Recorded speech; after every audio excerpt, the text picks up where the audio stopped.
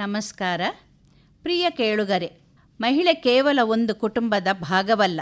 ಅವಳು ಅಪ್ರತಿಮ ಆತ್ಮವಿಶ್ವಾಸದ ಆಸರೆ. ಅವಳು ಸುಸಂಸ್ಕೃತ ಸಮಾಜದ ಅಡಿಪಾಯ, ಮನೆ ಬೆಳಗುವ ನಂದಾದೀಪ. ಸವಾಲುಗಳು ಎದುರಾದಾಗ ಮಣಿಯುವವಳಲ್ಲ, ಅವುಗಳನ್ನು ಮೆಟ್ಟಿ ನಿಂತು ಹೊಸ ಹಾದಿ ನಿರ್ಮಿಸುವವಳು. ಇಂದು ಸಮಾಜದ ಎಲ್ಲ ರಂಗಗಳಲ್ಲೂ ತನ್ನ ಅಚ್ಚಳಿಯದ ಮುದ್ರೆಯನ್ನು ಒತ್ತುತ್ತಿರುವ ಶಕ್ತಿ ಸ್ವರೂಪಿಣಿಯರಿಗೆ ಈ ಕಾರ್ಯಕ್ರಮ ಅರ್ಪಿತ. ಚೈತನ್ಯ ಸಹೋದರಿಯರ ಬಳಗ ಪಡೀಲ್, ಮಂಗಳೂರು ಇವರು ನಡೆಸಿಕೊಡುವ ಇಂದಿನ ಈ ವನಿತಾವಾಣಿ ಕಾರ್ಯಕ್ರಮಕ್ಕೆ ತಮಗೆಲ್ಲರಿಗೂ ಆದರದ ಸುಸ್ವಾಗತ. ಯಾವುದೇ ಶುಭ ಕಾರ್ಯ ಯಶಸ್ವಿಯಾಗಬೇಕೆಂದರೆ ದೇವರ ಆಶೀರ್ವಾದ ಅತಿ ಮುಖ್ಯ.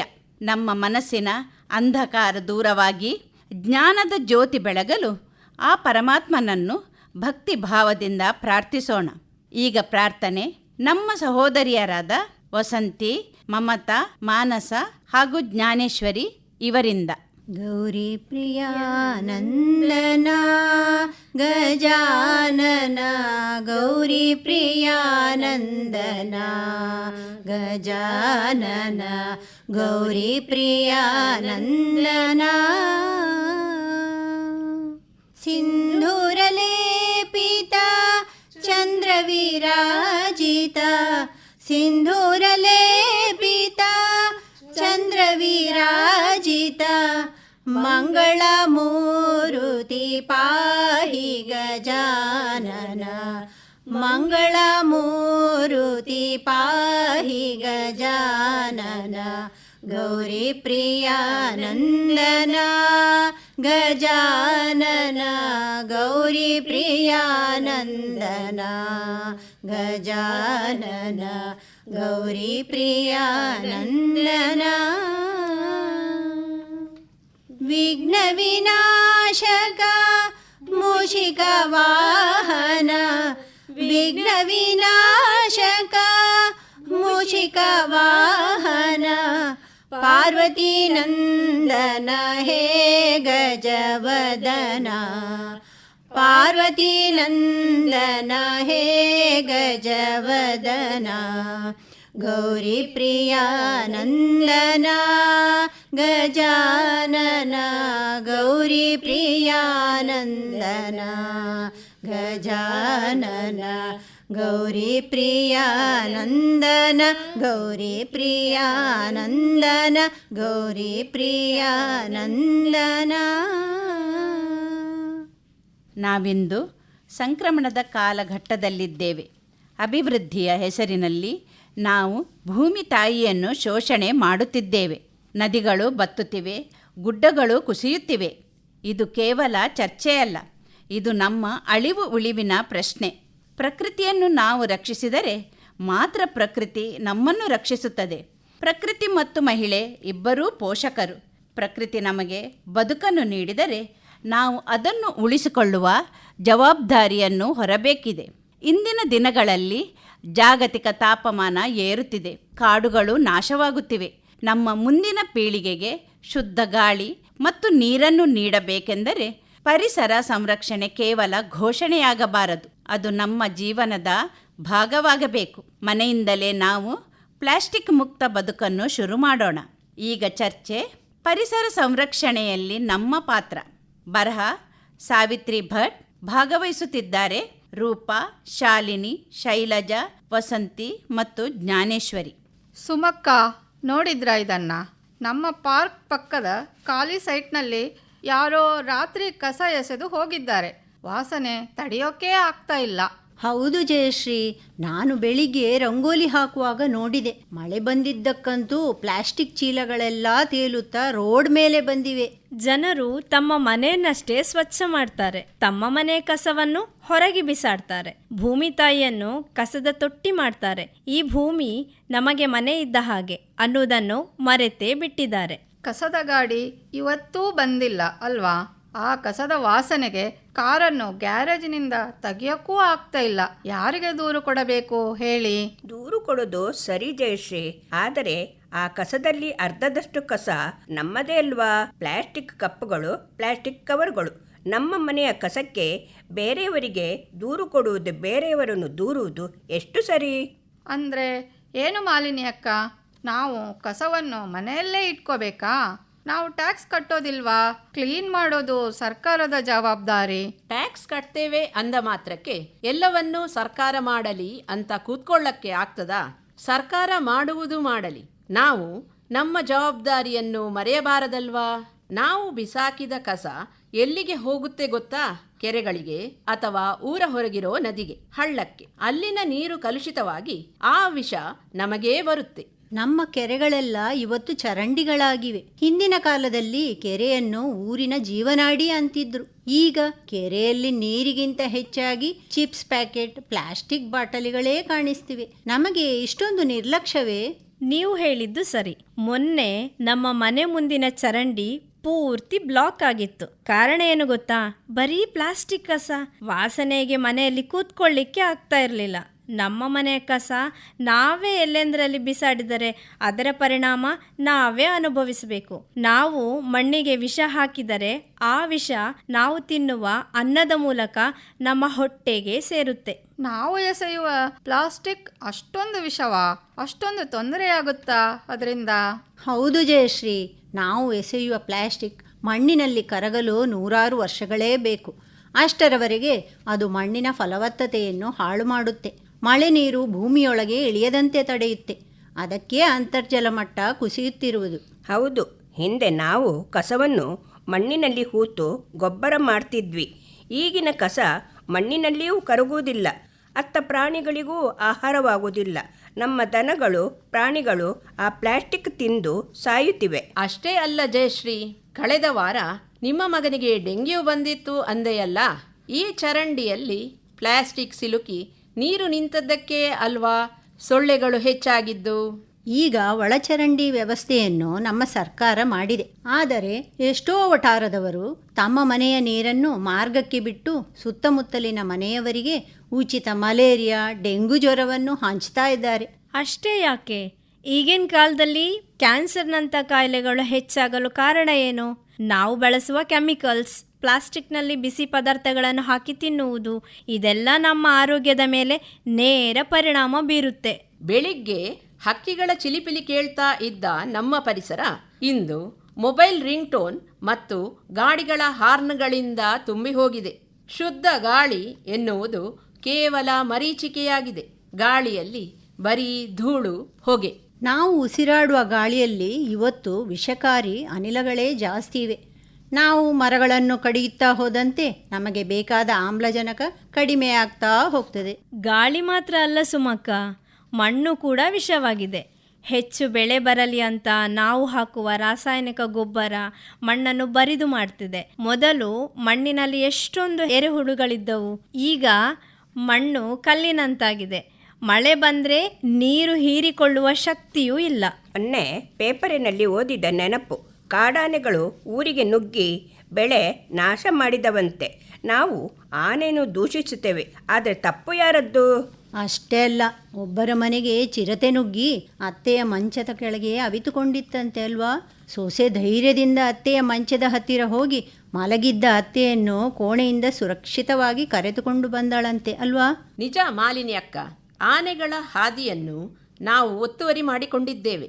ಅವುಗಳ ಕಾಡನ್ನು ಕಡಿದು ನಾಡನ್ನು ಮಾಡಿದ್ದೇವೆ, ರೆಸಾರ್ಟ್ ಕಟ್ಟಿಸಿದ್ದೇವೆ.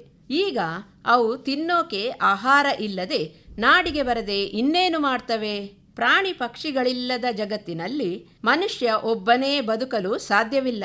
ಇನ್ನೊಂದು ಮುಖ್ಯ ವಿಷಯವೆಂದರೆ ಗ್ಲೋಬಲ್ ವಾರ್ಮಿಂಗ್. ಅರಣ್ಯನಾಶದಿಂದಾಗಿ ಇವತ್ತು ಮಳೆ ಸರಿಯಾದ ಸಮಯಕ್ಕೆ ಬರುತ್ತಿಲ್ಲ. ಬಂದರೆ ಅತಿವೃಷ್ಟಿ, ಇಲ್ಲದಿದ್ದರೆ ಭೀಕರ ಬರಗಾಲ. ಪರಿಸರ ಸಮತೋಲನ ಬೇಕು ಅನ್ನೋದು ಇದಕ್ಕೇನೆ. ಕಾಡಿನ ಒಂದು ಕೊಂಡಿ ಕಳಚಿದರೂ ಅದರ ಪರಿಣಾಮ ಇಡೀ ಮನುಕುಲದ ಮೇಲೆ ಬೀರುತ್ತೆ. ಜೇನು ನೊಣಗಳು ಅಳಿದು ಹೋದಂತೆ 4 ವರ್ಷದಲ್ಲೇ ಮನುಷ್ಯನೂ ಅಳಿದು ಹೋಗುತ್ತಾನಂತೆ. ಹೌದು ಮಾಲಿನ್ಯಕ್ಕ, ಆಸ್ಪತ್ರೆಗೆ ಅಷ್ಟೊಂದು ಹಣ ಖರ್ಚು ಮಾಡುವ ಬದಲು ನಾವು ಈ ಪರಿಸರವನ್ನು ಸ್ವಲ್ಪ ಸ್ವಚ್ಛ ಮಾಡಿಟ್ಟುಕೊಂಡಿದ್ದರೆ ಈ ಕಾಯಿಲೆಗಳೇ ಬರುತ್ತಿರಲಿಲ್ಲ. ನಾವು ಎಸೆಯುವ ಪ್ರತಿಯೊಂದು ಪ್ಲಾಸ್ಟಿಕ್ ಪರೋಕ್ಷವಾಗಿ ನಮ್ಮ ಆರೋಗ್ಯವನ್ನೇ ತಿಂತಿವೆ. ನಿಸರ್ಗಕ್ಕೆ ನಮ್ಮ ಅವಶ್ಯಕತೆ ಇಲ್ಲ, ಆದರೆ ನಮಗೆ ನಿಸರ್ಗದ ಅವಶ್ಯಕತೆ ಇದೆ. ನಾವು ಮರಗಳನ್ನು ಕಡಿಯುತ್ತಿದ್ದೇವೆ, ಗುಡ್ಡಗಳನ್ನು ಕರಗಿಸುತ್ತಿದ್ದೇವೆ. ಹೀಗೆಯಾದರೆ ಮುಂದಿನ ತಲೆಮಾರಿಗೆ ಉಸಿರಾಡಲು ಶುದ್ಧ ಗಾಳಿಯೂ ಸಿಗುವುದಿಲ್ಲ. ಬೆನ್ನಿಗೆ ಸಿಲಿಂಡರ್ ಕಟ್ಟಿಕೊಂಡು ತಿರುಗಬೇಕಾದೀತು. ನಾನೊಂದು ಮಾತು ಹೇಳ, ಮನೆಯ ನಿರ್ವಹಣೆ ಮಾಡೋದು ಹೆಣ್ಣು ಮಕ್ಕಳು. ನಾವು ಮನಸ್ಸು ಮಾಡಿದರೆ ದೊಡ್ಡ ಬದಲಾವಣೆ ತರಬಹುದು. ಮೊದಲನೆಯದಾಗಿ ಪ್ಲಾಸ್ಟಿಕ್ ಬಳಕೆ ನಿಲ್ಲಿಸೋಣ. ಬಳಸಿ ಎಸೆಯುವ ಸಂಸ್ಕೃತಿ ಬಿಟ್ಟು ಉಳಿಸಿ ಬೆಳೆಸುವ ಸಂಸ್ಕೃತಿ ನಮ್ಮದಾಗಲಿ. ಪ್ಲಾಸ್ಟಿಕ್ ಇಲ್ಲದೆ ಜೀವನ ಹೇಗೆ ಸಾಧ್ಯ? ಹಾಲಿನ ಪ್ಯಾಕೆಟು, ದಿನಸಿ ಎಲ್ಲ ಅದರಲ್ಲೇ ಬರೋದಲ್ವಾ? ಎಲ್ಲವನ್ನೂ ಒಮ್ಮೆಗೆ ನಿಲ್ಲಿಸುವುದಕ್ಕೆ ಆಗುವುದಿಲ್ಲ. ಆದರೆ ಕನಿಷ್ಠ ಪಕ್ಷ ಅಂಗಡಿಗೆ ಹೋಗುವಾಗ ಬಟ್ಟೆ ಚೀಲ ತಗೊಂಡು ಹೋಗಬಹುದಲ್ವಾ? ಸಿಂಗಲ್ ಯೂಸ್ ಪ್ಲಾಸ್ಟಿಕ್ ಬೇಡವೇ ಬೇಡ. ನಾವು ನಮ್ಮ ಜೀವನದಲ್ಲಿ 3R ಸೂತ್ರಗಳನ್ನು ಪಾಲಿಸಬೇಕು. ಅದಾವುದೆಂದರೆ ರೀಯೂಸ್, ರೆಡ್ಯೂಸ್ ಮತ್ತು ರೀಸೈಕಲ್. ಹೌದು, ಉದಾಹರಣೆಗೆ ಪ್ಲಾಸ್ಟಿಕ್ ಚೀಲಗಳ ಬದಲು ಬಟ್ಟೆ ಚೀಲ ಬಳಸುವುದು ರೆಡ್ಯೂಸ್, ಹಳೆಯ ಡಬ್ಬಿಗಳನ್ನು ಗಿಡ ಬೆಳೆಸಲು ಬಳಸುವುದು ರೀಯೂಸ್ ಮತ್ತು ಕಸವನ್ನು ಸರಿಯಾಗಿ ಬೇರ್ಪಡಿಸಿ ಸಂಸ್ಕರಣೆಗೆ ಕಳುಹಿಸುವುದು ರೀಸೈಕಲ್. ನಮ್ಮ ಕಾಲದಲ್ಲಿ ನಾವು ಅರಶಿನ ಕುಂಕುಮ ಹಿಡಿದು ತರಕಾರಿ ತರುವವರೆಗೂ ಹಳೆಯ ಬಟ್ಟೆ ಚೀಲದಲ್ಲೇ ತರ್ತಿದ್ವಿ. ಆ ರೂಢಿ ಯಾಕೆ ಬಿಟ್ಟು ಹೋಯ್ತಂತ ಗೊತ್ತಾಗುವುದಿಲ್ಲ. ನಾನೊಂದು ಐಡಿಯಾ ಹೇಳ್ತೀನಿ. ಎಲ್ಲ ಹೆಣ್ಣು ಮಕ್ಕಳನ್ನು ಸೇರಿಸಿ ಒಂದು ಸಂಘ ಮಾಡೋಣ. ಪ್ರತಿಯೊಬ್ಬರೂ ಮನೆಯಲ್ಲಿ ಕಸವನ್ನು ಹಸಿ ಕಸ ಮತ್ತು ಒಣಕಸ ಅಂತ ಬೇರ್ಪಡಿಸುವುದನ್ನು ಕಡ್ಡಾಯ ಮಾಡೋಣ. ಒಳ್ಳೆ ಮಾತು ಸುಮಕ್ಕ. ಯಾರು ಕಸ ಬೇರ್ಪಡಿಸುವುದಿಲ್ಲವೋ ಅವರ ಮನೆಯ ಕಸವನ್ನು ಗಾಡಿಯವರು ತೆಗೆದುಕೊಳ್ಳದ ಹಾಗೆ ಮಾಡೋಣ. ಮತ್ತೆ ಪ್ರತಿಯೊಬ್ಬರೂ ತಮ್ಮ ಮನೆಯ ಮುಂದೆ ಕಡೇ ಪಕ್ಷ 2 ಗಿಡವನ್ನಾದರೂ ನೆಡಲೇಬೇಕು. ಹಾಗಾದರೆ ನಾವು ಕೈಕಟ್ಟಿ ಕುಳಿತುಕೊಳ್ಳಲೇಬಾರದು. ನಾನು ಇವತ್ತಿನಿಂದಲೇ ಸಾವಯವ ಕೃಷಿ ಶುರು ಮಾಡ್ತೇನೆ. ವಿಷಮುಕ್ತ ಮಣ್ಣು, ವಿಷಮುಕ್ತ ಆಹಾರ ನಮ್ಮ ಗುರಿ ಆಗಲಿ. ನಾನು ಅಡುಗೆ ಮನೆಯ ಹಸಿ ಕಸವನ್ನು ಪಕ್ಕದ ಸಣ್ಣ ಜಾಗದಲ್ಲಿ ಹೂತು ಹಾಕ್ತೇನೆ. ಅದು ಒಳ್ಳೆ ಗೊಬ್ಬರ ಆಗ್ತದೆ. ಅದನ್ನೇ ಬಳಸಿ ನಾನು ಸಣ್ಣ ಕೈತೋಟ ಮಾಡ್ತೇನೆ. ನಮಗೆ ಬೇಕಾದ 1-2 ತರಕಾರಿಗಳನ್ನು ನಾನೇ ಬೆಳೆಸ್ತೇನೆ. ಹೇಗಿದೆ ನನ್ನ ಐಡಿಯಾ? ನಾನು ಮನೆಯಲ್ಲಿ ಮಳೆ ನೀರು ಕೊಯ್ಲು ಮಾಡ್ತೀನಿ. ಆಕಾಶದಿಂದ ಬೀಳೋ ಅಮೃತದಂಥ ನೀರನ್ನು ಚರಂಡಿ ಪಾಲಾಗಲು ಬಿಡುವುದಿಲ್ಲ. ನನ್ನ ಮನೆಯಲ್ಲಿ ತುಂಬ ಹಳೆಯ ಪ್ಲಾಸ್ಟಿಕ್ ಡಬ್ಬಿಗಳಿವೆ. ಅವುಗಳನ್ನು ಎಸೆಯುವ ಬದಲು ಅದರಲ್ಲಿ ಸಣ್ಣ ಪುಟ್ಟ ಗಿಡ ಬೆಳೆಸಿ ನನ್ನ ಬಾಲ್ಕನಿಯಲ್ಲಿ ಇಡ್ತೇನೆ. ಅದು ರೀಯೂಸ್ ಮಾಡಿದ ಹಾಗೆ ಆಗುತ್ತೆ ಅಲ್ವಾ? ನೋಡಿದ್ರಾ, ಮನಸ್ಸಿದ್ದರೆ ಮಾರ್ಗ. ನಮ್ಮ ಮನೆ ಹೇಗೆ ಶುಚಿಯಾಗಿ ಇಟ್ಕೋತೀವೋ ನಮ್ಮ ಬೀದಿ, ನಮ್ಮ ಪರಿಸರ ಕೂಡ ನಮ್ಮ ಮನೆಯೇ ಅಂತ ತಿಳ್ಕೋಬೇಕು. ಹೌದು, ಪರಿಸರ ಅಂದರೆ ಎಲ್ಲೋ ಇರೋ ಕಾಡು ಮಾತ್ರ ಅಲ್ಲ. ನಾವು ಉಸಿರಾಡುವ ಗಾಳಿ, ಕುಡಿಯುವ ನೀರು ಎಲ್ಲವೂ ಪರಿಸರವೇ. ಇದನ್ನು ಕಾಪಾಡಿದರೆ ಮಾತ್ರ ಮುಂದಿನ ತಲೆಮಾರಿನ ಮಕ್ಕಳು ನೆಮ್ಮದಿಯಾಗಿ ಬದುಕುವುದಕ್ಕೆ ಸಾಧ್ಯ. ಪರಿಸರ ಸಂರಕ್ಷಣೆ ಅಂದರೆ ಬರೀ ಮರ ನೆಡುವುದಲ್ಲ, ಇರುವ ಸಂಪನ್ಮೂಲಗಳನ್ನು ಅಂದರೆ ನೀರು, ವಿದ್ಯುತ್ತನ್ನು ಮಿತವಾಗಿ ಬಳಸುವುದೂ ಹೌದು. ಹಾಗಾದರೆ ಇವತ್ತಿನಿಂದಲೇ ನಮ್ಮ ಕಾರ್ಯ ಶುರು. ಈ ವಾರಾಂತ್ಯದಲ್ಲಿ ನಾವೆಲ್ಲರೂ ಸೇರಿ ಈ ಖಾಲಿ ಸೈಟ್ ಕ್ಲೀನ್ ಮಾಡಿ ಅಲ್ಲಿ ಗಿಡ ನೆಡೋಣ. ಖಂಡಿತ. ನಾನು ಎಲ್ಲರಿಗೂ ಈ ಬಗ್ಗೆ ತಿಳಿಸುತ್ತೇನೆ. ಬದಲಾವಣೆ ನಮ್ಮಿಂದಲೇ ಆಗಬೇಕು. ಸಣ್ಣ ಸಣ್ಣ ಕ್ರಮಗಳು ದೊಡ್ಡ ಬದಲಾವಣೆಗೆ ಕಾರಣವಾಗುತ್ತವೆ. ನಾವು ಇಂದು ಪರಿಸರವನ್ನು ಉಳಿಸಿದರೆ ನಾಳೆ ಪರಿಸರ ನಮ್ಮನ್ನು ಉಳಿಸುತ್ತದೆ. ಹೆಣ್ಣು ಮನೆ ಬೆಳಗುವ ಜ್ಯೋತಿ ಅಂತಾರೆ. ನಾವೀಗ ಹೆಣ್ಣು ಅಂದರೆ ಪರಿಸರ ಬೆಳಗುವ ಜ್ಯೋತಿ ಅಂತಾನೂ ತಿಳಿಸೋಣ. ಪರಿಸರ ನಮ್ಮದೇ ಅಲ್ಲ, ನಾವು ಅದಕ್ಕೆ ರಕ್ಷಕರು. ಇಂದು ನಾವು ಅದನ್ನು ಕಾಪಾಡಿದರೆ ನಾಳೆ ಅದು ನಮ್ಮನ್ನು ಕಾಪಾಡ್ತದೆ. ಪರಿಸರ ನಮ್ಮ ಬದುಕಿನ ಭಾಗ ಅಲ್ಲ, ಅದು ನಮ್ಮ ಬದುಕೇ ಆಗಿದೆ. ನಾವು ಉಸಿರಾಡುವ ಪ್ರತಿಯೊಂದು ಉಸಿರು, ನಾವು ಕುಡಿಯುವ ಪ್ರತಿಯೊಂದು ನೀರಿನ ಹನಿ, ಇವುಗಳ ಹಿಂದೆ ಪ್ರಕೃತಿಯ ಕರುಣೆ ಇದೆ. ಆದರೆ ನಾವು ಅದಕ್ಕೆ ಪ್ರತಿಯಾಗಿ ಏನು ಕೊಡುತ್ತಿದ್ದೇವೆ? ನಾಶ, ನಿರ್ಲಕ್ಷ್ಯ ಮತ್ತು ಕಸ. ಪ್ರಕೃತಿಯನ್ನು ಉಳಿಸಿ, ಅದು ನಮ್ಮನ್ನು ಉಳಿಸುತ್ತದೆ. ಪರಿಸರವನ್ನು ನಾವು ನಮ್ಮ ಪೂರ್ವಿಕರಿಂದ ಪಡೆದದ್ದಲ್ಲ, ನಮ್ಮ ಮುಂದಿನ ಪೀಳಿಗೆಯಿಂದ ಸಾಲವಾಗಿ ಪಡೆದಿದ್ದೇವೆ. ಪ್ಲಾಸ್ಟಿಕ್ ಬಿಡಿ, ಪರಿಸರ ಉಳಿಸಿ. ಕಸ ಬೇರ್ಪಡಿಸಿ, ರೋಗ ಮುಕ್ತರಾಗಿ. ಗಿಡ ನೆಡಿ, ಜೀವನಾಡಿ ಬೆಳೆಸಿ. ಪರಿಸರ ಸಂರಕ್ಷಣೆ ನಮ್ಮೆಲ್ಲರ ಹೊಣೆ.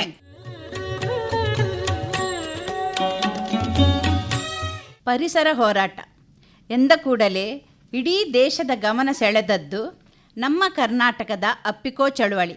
ಮರಗಳನ್ನು ಅಪ್ಪಿಕೊಂಡು ನಿಂತು ನಮ್ಮನ್ನು ಕಡೆಯಿರಿ, ಮರಗಳನ್ನಲ್ಲ ಎಂದು ಘರ್ಜಿಸಿದ ಶ್ರೇಯಸ್ಸು ಈ ಚಳುವಳಿಯದ್ದು. ಈ ಹೋರಾಟದ ಧೀಮಂತ ನಾಯಕ ಶ್ರೀ ಪಾಂಡುರಂಗ ಹೆಗಡೆ. ಉತ್ತರ ಕನ್ನಡ ಜಿಲ್ಲೆಯ ಶಿರಸಿಯಲ್ಲಿ ಮರಗಳನ್ನು ಕಡಿಯದಂತೆ ತಡೆಯಲು ಮರಗಳನ್ನು ಅಪ್ಪಿಕೊಳ್ಳುವ ಮೂಲಕ ಜಗತ್ತಿಗೆ ಅಹಿಂಸಾತ್ಮಕ ಹೋರಾಟದ ಹಾದಿ ತೋರಿಸಿಕೊಟ್ಟವರು. ಅವರ ಬದ್ಧತೆ ಮತ್ತು ಕಾಳಜಿ ಇಂದು ನಮಗೆಲ್ಲರಿಗೂ ಪ್ರೇರಣೆ.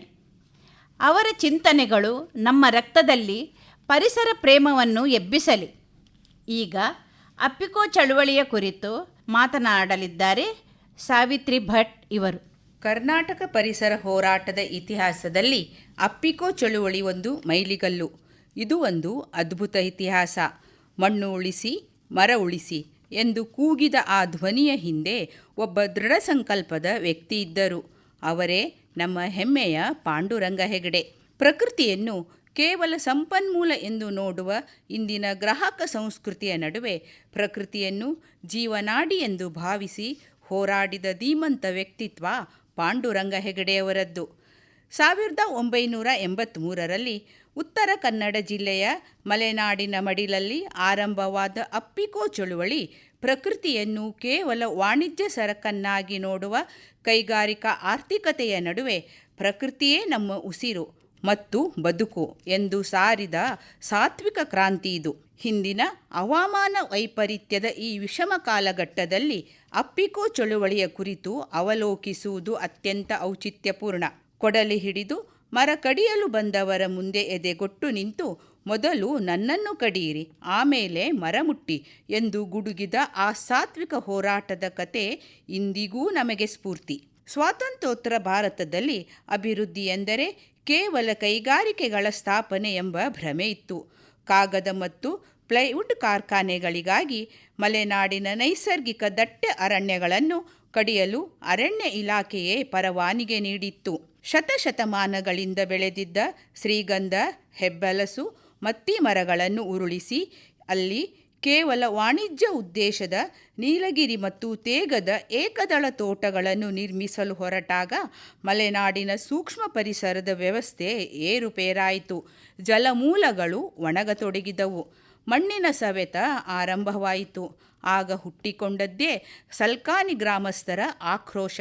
ಉತ್ತರ ಕನ್ನಡ ಜಿಲ್ಲೆಯ ಸಿರಸಿ ಭಾಗದ ಸಲ್ಕಾನಿ ಎಂಬ ಪುಟ್ಟಹಳ್ಳಿ ಈ ಚಳುವಳಿಯ ಜನ್ಮಸ್ಥಳ. ಅಂದು ಅರಣ್ಯ ಇಲಾಖೆ ಕಾಡನ್ನು ವಾಣಿಜ್ಯ ಉದ್ದೇಶಕ್ಕಾಗಿ ಕಡಿಯಲು ಮುಂದಾದಾಗ ಸ್ಥಳೀಯರು ಕಂಗೆಟ್ಟಿದ್ದರು. ಆಗ ಪಾಂಡುರಂಗ ಹೆಗಡೆಯವರು ಅಂಗಳಕ್ಕೆ ಇಳಿದರು. ಅವರು ಹಿಮಾಲಯದಲ್ಲಿ ಸುಂದರ್ಲಾಲ್ ಬಹುಗುಣ ಅವರ ಚಿಪ್ಕೋ ಚಳುವಳಿಯನ್ನು ಹತ್ತಿರದಿಂದ ಕಂಡವರು. ಅದೇ ತತ್ವವನ್ನು ನಮ್ಮ ಮಣ್ಣಿನ ಭಾಷೆಯಲ್ಲಿ ಅಪ್ಪಿಕೋ ಎಂದು ಕರೆದರು. ಅಪ್ಪಿಕೋ ಎಂದರೆ ಮರವನ್ನು ಪ್ರೀತಿಯಿಂದ ತಬ್ಬಿಕೊಳ್ಳುವುದು, ದ್ವೇಷದಿಂದಲ್ಲ.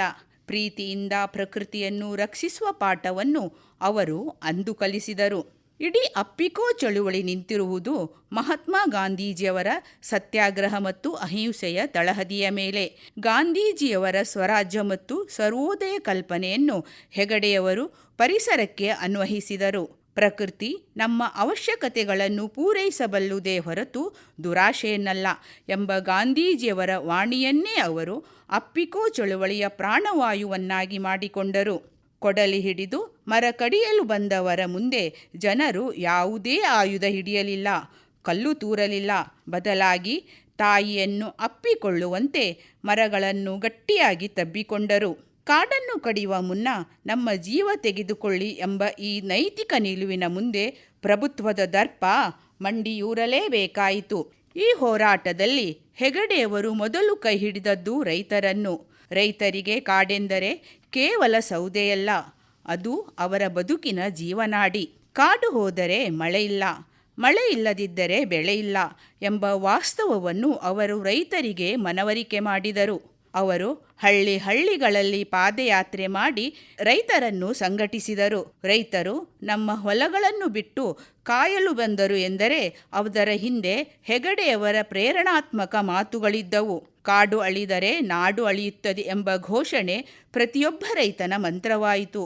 ಯಾವುದೇ ಸಾಮಾಜಿಕ ಬದಲಾವಣೆಗೆ ಮಹಿಳೆಯರ ಬೆಂಬಲ ಸಿಕ್ಕಾಗ ಅದು ಅಮರವಾಗುತ್ತದೆ.